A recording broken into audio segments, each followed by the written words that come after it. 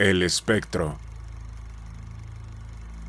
Todas las noches en el Gran Splendid de Santa Fe, Enid y yo asistimos a los estrenos cinematográficos.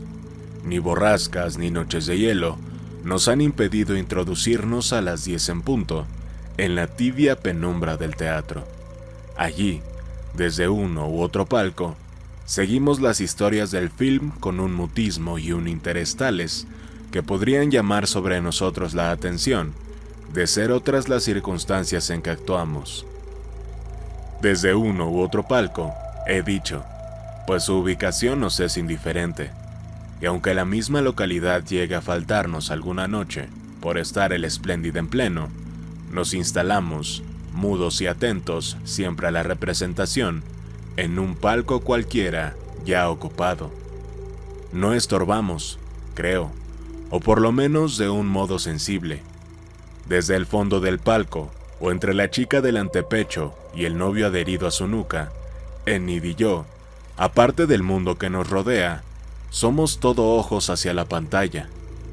Y si en verdad alguno, con escalofríos de inquietud, cuyo origen no alcanza a comprender, vuelve a veces la cabeza para ver lo que no puede, o siente un soplo helado que no se explica en la cálida atmósfera, nuestra presencia de intrusos no es nunca notada, pues es preciso advertir ahora que Enid y yo estamos muertos. De todas las mujeres que conocí en el mundo vivo, ninguna produjo en mí el efecto que Enid. La impresión fue tan fuerte que la imagen y el recuerdo mismo de todas las mujeres se borró. En mi alma se hizo de noche, donde se alzó un solo astro imperecedero, Enid.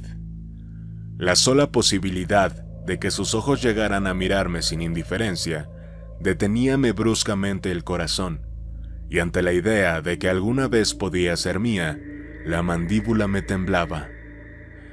Enid. Tenía ella entonces, cuando vivíamos en el mundo, la más divina belleza que la epopeya del cine ha lanzado a miles de leguas y expuesto a la mirada fija de los hombres. Sus ojos, sobre todo, fueron únicos, y jamás terciopelo de mirada tuvo un marco de pestañas como los ojos de Enid. Terciopelo azul, húmedo y reposado, como la felicidad que sollozaba en ella. La desdicha me puso ante ella cuando ya estaba casada. No es ahora del caso ocultar nombres.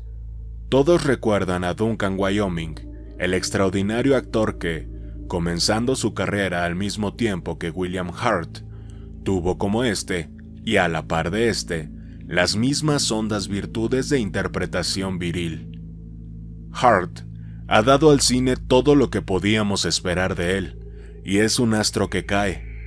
De Wyoming, en cambio, no sabemos lo que podíamos haber visto, cuando apenas en el comienzo de su breve y fantástica carrera, creo, como contraste con el empalagoso héroe actual, el tipo de varón rudo, áspero, feo, negligente y cuanto se quiera, pero hombre de cabeza a los pies, por la sobriedad, el empuje y el carácter distintivos del sexo. Hurt prosiguió actuando, y ya lo hemos visto. Wyoming nos fue arrebatado en flor de la edad, en instantes en que daba fin a 2 cintas extraordinarias, según informes de la empresa, El Páramo y Más allá de lo que se ve. Pero el encanto, la absorción de todos los sentimientos de un hombre que ejerció sobre mí Enid, no tuvo sino una amargura. Wyoming, que era su marido, era también mi mejor amigo. Habíamos pasado 2 años sin vernos con Duncan, él, ocupado en sus trabajos de cine, y yo, en los míos de literatura. Cuando volví a hallarlo en Hollywood, ya estaba casado. «Aquí tienes a mi mujer», me dijo echándomela en los brazos, y a ella. «Apriétalo bien, porque no tendrás un amigo como Grant, y bésalo si quieres». No me besó, pero al contacto con su melena en mi cuello, Sentí en el escalofrío de todos mis nervios que jamás podría ser yo hermano para aquella mujer. Vivimos 2 meses juntos en el Canadá, y no es difícil comprender mi estado de alma respecto de Enid, pero ni en una palabra, ni en un movimiento, ni en un gesto me vendí ante Wyoming. Solo ella leía en mi mirada, por tranquila que fuera, cuán profundamente la deseaba. Amor, deseo, una y otra cosa eran en mí gemelas, agudas y mezcladas, porque si la deseaba con todas las fuerzas de mi alma incorpórea, la adoraba con todo el torrente de mi sangre substancial. Duncan no lo veía. ¿Cómo podía verlo? A la entrada del invierno, regresamos a Hollywood, y Wyoming cayó entonces con el ataque de gripe que debía costarle la vida.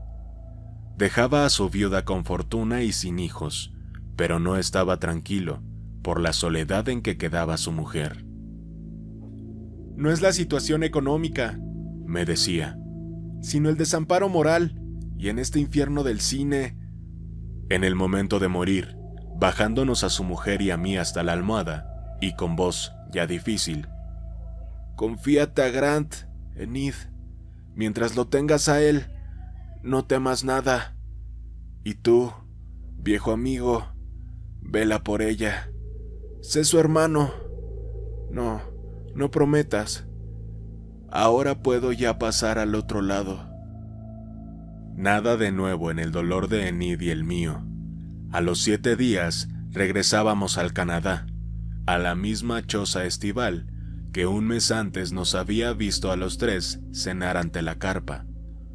Como entonces, Enid miraba ahora el fuego, achuchada por el sereno glacial, mientras yo, de pie, la contemplaba. Y Duncan no estaba más.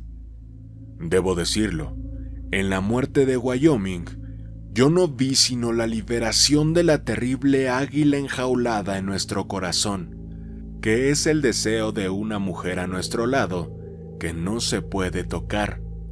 Yo había sido el mejor amigo de Wyoming, y mientras él vivió, el águila no deseó su sangre, se alimentó. La alimenté con la mía propia. Pero entre él y yo se había levantado algo más consistente que una sombra.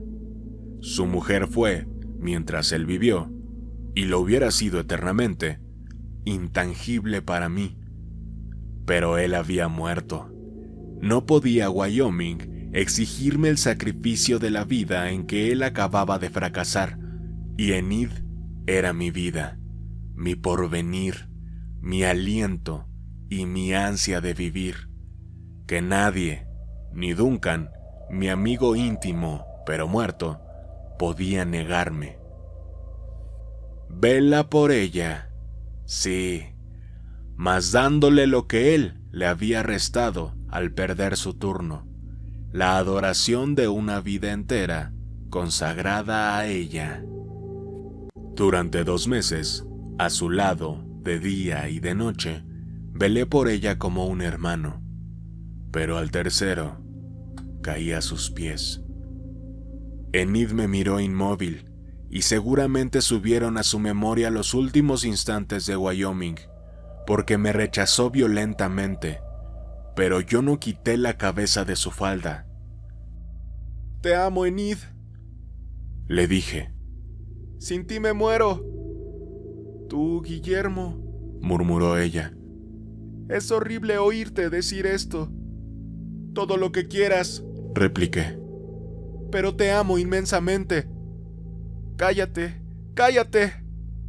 Y te he amado siempre. Ya lo sabes. No sé. Sí, lo sabes. Enid me apartaba siempre, y yo resistía con la cabeza entre sus rodillas. Dime que lo sabías. No, cállate, estamos profanando. Dime que lo sabías. Guillermo. Dime solamente que sabías que siempre te he querido. Sus brazos se rindieron cansados, y yo levanté la cabeza. Encontré sus ojos al instante. Un solo instante, antes de que Enid se doblegara a llorar sobre sus propias rodillas.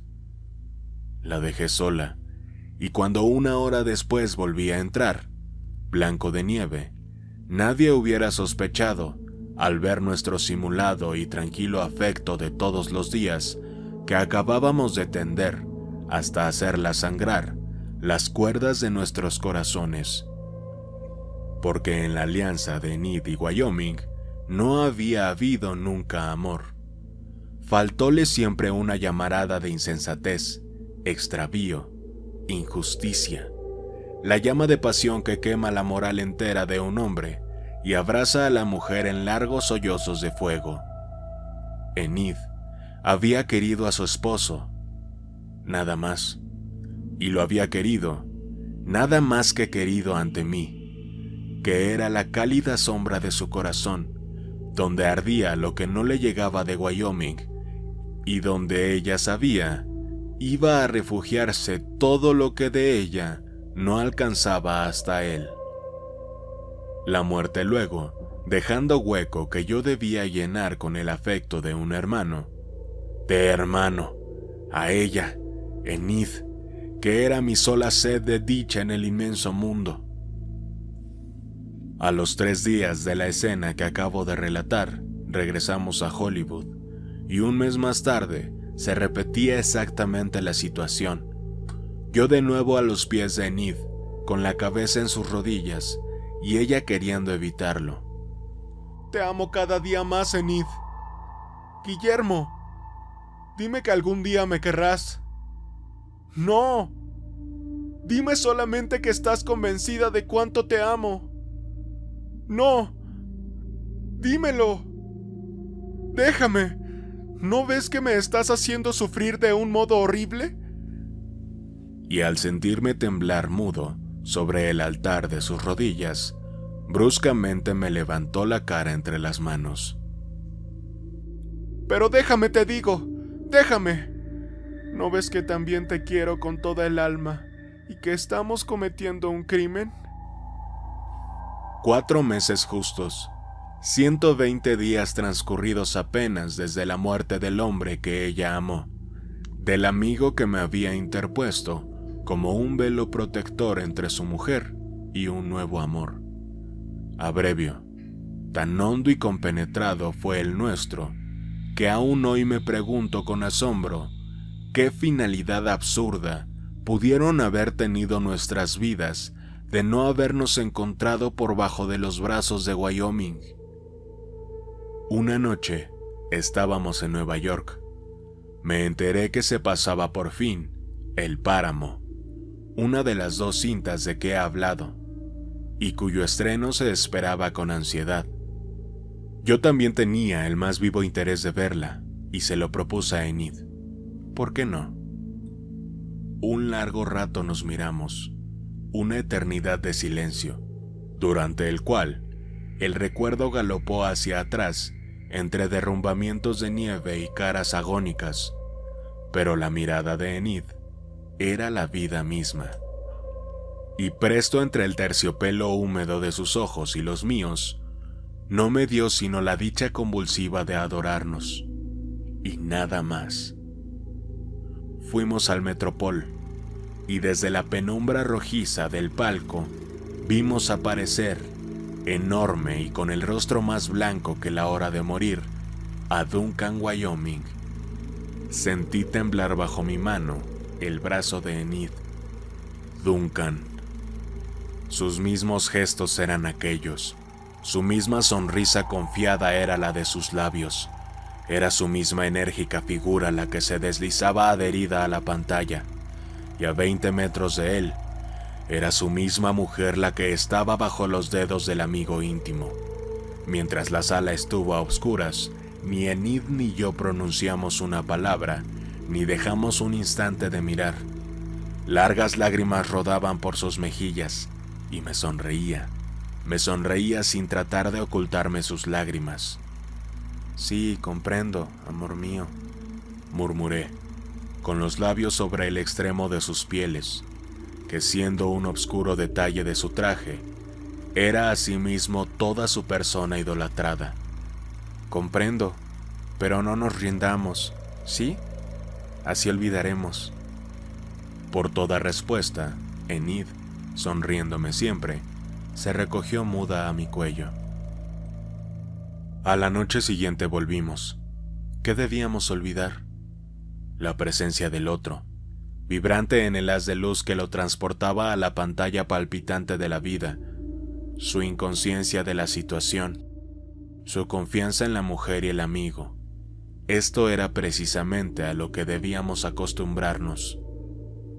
Una y otra noche, siempre atentos a los personajes, asistíamos al éxito creciente de El Páramo. La actuación de Wyoming era sobresaliente y se desarrollaba en un drama de brutal energía. Una pequeña parte de los bosques del Canadá y el resto en la misma Nueva York. La situación central constituía una escena en que Wyoming, herido en la lucha con un hombre, tiene bruscamente la revelación del amor de su mujer por ese hombre, a quien él acaba de matar por motivos aparte de este amor. Wyoming acababa de atarse un pañuelo a la frente y, tendido en el diván, jadeando aún de fatiga, asistía a la desesperación de su mujer sobre el cadáver de su amante. Pocas veces la revelación del derrumbe, la desolación y el odio han subido al rostro humano con más violenta claridad que en esa circunstancia a los ojos de Wyoming. La dirección del film había exprimido hasta la tortura aquel prodigio de expresión, y la escena se sostenía un infinito número de segundos, cuando uno solo bastaba para mostrar al rojo blanco la crisis de un corazón en aquel estado. Enid y yo, juntos e inmóviles en la oscuridad, admirábamos como nadie al muerto amigo, cuyas pestañas nos tocaban casi cuando Wyoming venía desde el fondo a llenar, él solo, la pantalla, y al alejarse de nuevo a la escena del conjunto, la sala entera parecía estirarse en perspectiva, y Enid y yo, con un ligero vértigo por este juego, sentíamos aún el roce de los cabellos de Duncan que habían llegado a rozarnos. ¿Por qué continuábamos yendo al Metropol? ¿Qué desviación de nuestras conciencias nos llevaba allá noche a noche a empapar en sangre nuestro amor inmaculado? ¿Qué presagio nos arrastraba como a sonámbulos ante una acusación alucinante que no se dirigía a nosotros, puesto que los ojos de Wyoming estaban vueltos al otro lado? ¿A dónde miraban? No sé a dónde, a un palco cualquiera de nuestra izquierda. Pero una noche noté, lo sentí en la raíz de los cabellos, que los ojos se estaban volviendo hacia nosotros. Enid debió de notarlo también, porque sentí bajo mi mano la honda sacudida de sus hombros. Hay leyes naturales, principios físicos que nos enseñan cuán fría magia es esa de los espectros fotográficos danzando en la pantalla, remedando hasta en los más íntimos detalles una vida que se perdió. Esa alucinación en blanco y negro es solo la persistencia helada de un instante, el relieve inmutable de un segundo vital. Más fácil nos sería ver a nuestro lado a un muerto que deja la tumba para acompañarnos, que percibir el más leve cambio en el rostro lívido de un film. Perfectamente. Pero a despecho de las leyes y los principios, Wyoming nos estaba viendo. Si para la sala, El Páramo era una ficción novelesca y Wyoming vivía solo por una ironía de luz, si no era más que un frente eléctrico de láminas sin costados ni fondo, para nosotros, Wyoming, Enid y yo, la escena filmada vivía flagrante, pero no en la pantalla, sino en un palco, donde nuestro amor sin culpa se transformaba en monstruosa infidelidad ante el marido vivo. ¿Farsa del actor? ¿Odio fingido por Duncan ante aquel cuadro de El Páramo? No, allí estaba la brutal revelación, la tierna esposa y el amigo íntimo en la sala de espectáculos, riéndose, con las cabezas juntas, de la confianza depositada en ellos. Pero no nos reíamos, porque noche a noche, palco tras palco, la mirada se iba volviendo cada vez más a nosotros. Falta un poco aún, me decía yo. Mañana será, pensaba Enid. Mientras el Metropol ardía de luz, el mundo real de las leyes físicas se apoderaba de nosotros y respirábamos profundamente. Pero en la brusca sensación de luz, que como un golpe sentíamos dolorosamente en los nervios, el drama espectral nos acogía otra vez. A 1000 leguas de Nueva York, encajonado bajo tierra, estaba tendido sin ojos Duncan, Wyoming. Mas su sorpresa ante el frenético olvido de Enid, su ira y su venganza, estaban vivas allí, encendiendo el rastro químico de Wyoming, moviéndose en sus ojos vivos que acababan por fin de fijarse en los nuestros. Enid ahogó un grito y se abrazó desesperadamente a mí. Guillermo, cállate por favor. Es que ahora acaba de bajar una pierna del diván. Sentí que la piel de la espalda se me erizaba y miré. Con lentitud de fiera y los ojos clavados sobre nosotros, Wyoming se incorporaba del diván.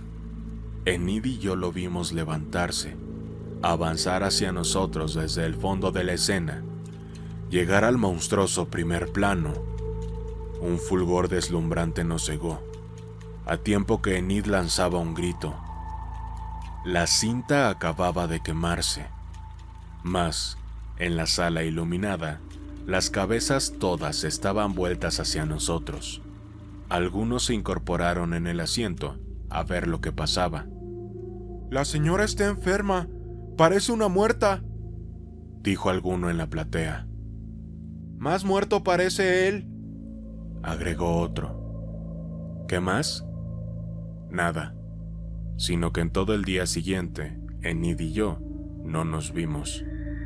Únicamente, al mirarnos por primera vez de noche para dirigirnos al Metropol, Enid tenía ya en sus pupilas profundas la tiniebla del más allá, y yo tenía un revólver en el bolsillo. No sé si alguno en la sala reconoció en nosotros a los enfermos de la noche anterior. La luz se apagó, se encendió y tornó a apagarse, sin que lograra reposarse una sola idea normal en el cerebro de Guillermo Grant, y sin que los dedos crispados de este hombre abandonaran un instante el gatillo. Yo fui toda la vida dueño de mí. Lo fui hasta la noche anterior, cuando contra toda justicia, un frío espectro que desempeñaba su función fotográfica de todos los días, crió dedos estranguladores para dirigirse a un palco a terminar el film. Como en la noche anterior, nadie notaba en la pantalla algo anormal, y es evidente que Wyoming continuaba jadeante adherido al diván, pero Enid entre mis brazos, tenía la cara vuelta a la luz, pronta para gritar, cuando Wyoming se incorporó por fin. Yo lo vi adelantarse, crecer, llegar al borde mismo de la pantalla, sin apartar la mirada de la mía. Lo vi desprenderse, venir hacia nosotros en el haz de luz, venir en el aire por sobre las cabezas de la platea, alzándose, llegar hasta nosotros con la cabeza vendada. Lo vi extender las arpas de sus dedos, a tiempo que Enid lanzaba un horrible alarido, de esos en que con una cuerda vocal se ha rasgado la razón entera, e hice fuego. No puedo decir qué pasó en el primer instante, pero en pos de los primeros momentos de confusión y de humo, me vi con el cuerpo colgado fuera del antepecho, muerto. Desde el instante en que Wyoming se había incorporado en el diván, dirigí el cañón del revólver a su cabeza. Lo recuerdo con toda nitidez. Y era yo quien había recibido la bala en la sien. Estoy completamente seguro de que quise dirigir el arma contra Duncan, solamente que, creyendo apuntar al asesino, en realidad apuntaba contra mí mismo. Fue un error, una simple equivocación, nada más, pero que me costó la vida. 3 días después, Enid quedaba a su vez desalojada de este mundo. Y aquí concluye nuestro idilio. Pero no ha concluido aún. No son suficientes un tiro y un espectro para desvanecer un amor como el nuestro. Más allá de la muerte, de la vida y de sus rencores, Enid y yo nos hemos encontrado. Invisibles dentro del mundo vivo, Enid y yo estamos siempre juntos, esperando el anuncio de otro estreno cinematográfico. Hemos recorrido el mundo. Todo es posible esperar, menos que el más leve incidente de un film pase inadvertido a nuestros ojos. No hemos vuelto a ver más El Páramo. La actuación de Wyoming en él no puede ya depararnos sorpresas, fuera de las que tan dolorosamente pagamos. Ahora nuestra esperanza está puesta en más allá de lo que se ve. Desde hace 7 años, la empresa filmadora anuncia su estreno, y hace 7 años que Enid y yo esperamos. Duncan es su protagonista, pero no estaremos más en el palco, por lo menos en las condiciones en que fuimos vencidos. En las presentes circunstancias, Duncan puede cometer un error que nos permita entrar de nuevo en el mundo visible, del mismo modo que nuestras personas vivas hace 7 años le permitieron animar la helada lámina de su film. Enid y yo ocupamos ahora, en la niebla invisible de lo incorpóreo, el sitio privilegiado de acecho que fue toda la fuerza de Wyoming en el drama anterior. Si sus celos persisten todavía, si se equivoca al vernos y hace en la tumba el menor movimiento hacia afuera, nosotros nos aprovecharemos. La cortina que separa la vida de la muerte no se ha descorrido únicamente en su favor, y el camino está entreabierto. Entre la nada, que ha disuelto lo que fue Wyoming, y su eléctrica resurrección, queda un espacio vacío. Al más leve movimiento que efectúe el actor, apenas se desprenda de la pantalla, Enid y yo nos deslizaremos como por una fisura en el tenebroso corredor. Pero no seguiremos el camino hacia el sepulcro de Wyoming. Iremos hacia la vida. Entraremos en ella de nuevo. Y es el mundo cálido del que estamos expulsados, el amor tangible y vibrante de cada sentido humano, lo que nos espera entonces a Enid y a mí. Dentro de un mes o de un año, ella llegará. Solo nos inquieta la posibilidad de que, más allá de lo que se ve, se estrene bajo otro nombre, como es costumbre en esta ciudad. Para evitarlo, no perdemos un estreno. Noche a noche, entramos a las 10 en punto en el Gran Splendid, donde nos instalamos en un palco vacío, o ya ocupado, indiferentemente.